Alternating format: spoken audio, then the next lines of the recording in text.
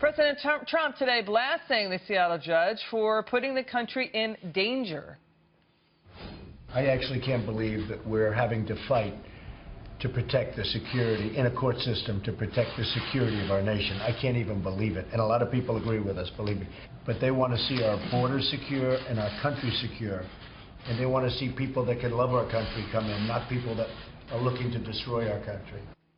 Ninth Circuit is expected to rule quickly after their conference call. It's expected at 6 p.m. Eastern Time. Let's take this to American Islamic Forum for Democracy. Dr. Zuhdi Jasser joins me now. I mean, doctor, look, there's no rational, reasonable person who would paint all residents of a country as bad. But what do you think of the Seattle judge incorrectly saying that there were no arrests of nationals from the targeted countries? Well, Liz, this is what happens when a judge starts getting into Homeland Security and rationale on things that he's just not knowledgeable in.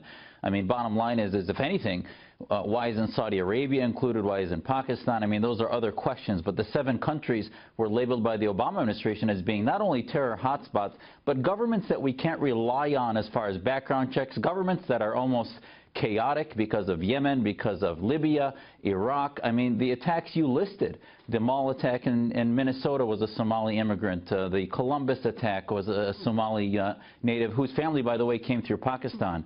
And the Texas plot that was broken up. So there are examples, but just because there aren't that many doesn't mean that we're not fighting a global jihad. Yep. Doesn't mean that this isn't the first step in a long journey where it seems like the media now went from 8 years of any criticism was racism to now any support being racism, and the judge is really being political instead of juridical. Yeah, Doctor, you make a good point that President Obama pushed a narrative.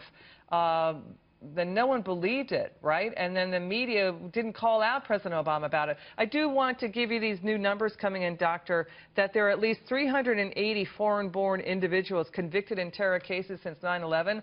The numbers are coming from the Department of Justice, Homeland Security, State, coming from the Subcommittee on Immigration and so forth. Let me give you the numbers. 21 convicted are from Somalia, 20 from Yemen, 19 from Iraq, and so forth. So what do you make of all the data that's out there from the government, but then the Seattle judge weighs in as he did?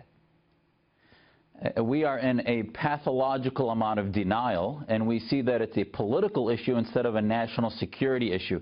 I mean, Professor Kurtzman from the University of North Carolina, who is no conservative, laid out that 23% of the numbers have families related to those 7 countries. So as you said, the numbers belie this denial, and it goes to a deeper amount of denial, which is that we're not dealing with a global jihad, that it's not Islamism. They keep these bizarre comparisons to other religious groups and non-Islamist terror. So we're getting a little bit of whiplash nationally because we finally have an administration that's dealing with the ideology, and we're in the first step. So what they're trying to do is make a huge amount of reaction from nothing initially, rather than deal with the problem and begin to work with this administration. Yeah, it's about vetting on that ideology, not about banning Muslims, even though, you know, President Trump did tweet out the word ban, and I think other people now in his administration during the campaign talked about wrongly a ban on Muslims, right? So that was a mistake, right?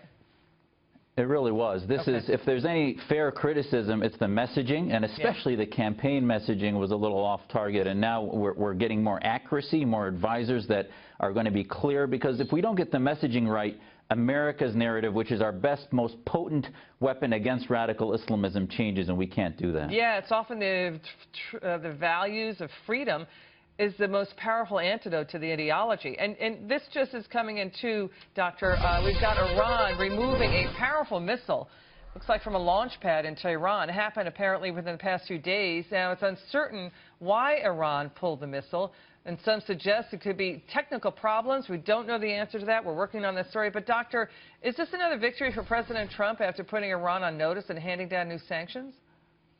Well, what's interesting, Liz, is every year as their annual anniversary, this is the 38th anniversary of their Islamist revolution, they do this flexing, if you will, with ship movements and war-type activity, and this is just another one of them. And the fact that they pulled it back shows that maybe General Flynn's notice has had an impact. Maybe the UN resolution that was put into place after they started to work on surface-to-air missiles, etc., that they shouldn't have been doing, is starting to actually be something they pay attention to.